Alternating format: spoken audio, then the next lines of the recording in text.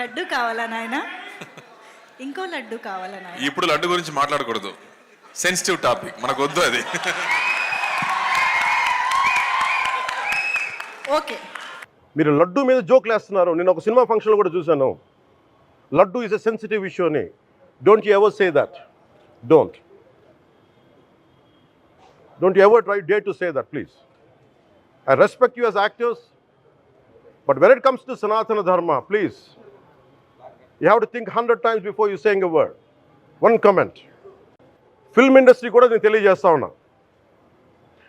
దీని మీద మీరు మాట్లాడితే మద్దతుగా మాట్లాడండి, లేదంటే మౌనంగా కూర్చోండి. అంతేగాని మీ మాధ్యమాల ద్వారా అపహాస్యం చేస్తే మటుకు ప్రజలు మిమ్మల్ని ఎవరు క్షమించరు.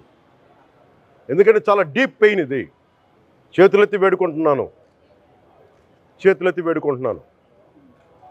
సగటు హిందూ మీరు సినిమా టికెట్లకు వెళ్ళిపోతారు. అభిమానులు అందరూ మీరు ఎవరు హిందువులు లేరా? సినిమా టికెట్ల కోసం చించుకుంటారు. సినిమాని మీరు కూర్చోడానికి మీరు మొత్తం మాట్లాడతారు.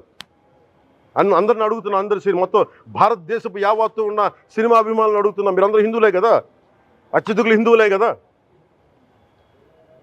మీకు బాధ్యత లేదా? మీకు మీ సినిమా హీరోలు, నేను కూడా హీరోనే, నన్ను మించి దేశాన్ని చూడమని, సనాతన ధర్మాన్ని చూడమంటున్నా.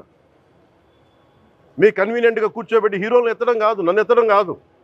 ధర్మం విఘాతం కలిగినప్పుడు ధర్మానికి మీరు మాట్లాడటం మీ బాధ్యత. నా తరం మేము కష్టపడుతున్నాం, ముందుకు వచ్చాం. ఎవరి కోసం పడుతున్నాం ఈ కష్టాలు? మాకు సరదా కాదు.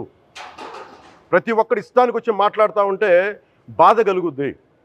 తోటి హిందువు కదా, మీరు ఏదైనా మాట్లాడచ్చు. మీకు నమ్మకాలు లేకపోతే మీరు ఇంట్లో కూర్చోండమ్మా.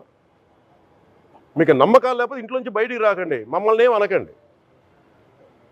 మేము ఎలా పూజా విధానం ఎలా చేస్తాం, అలాగే ముఖ్యంగా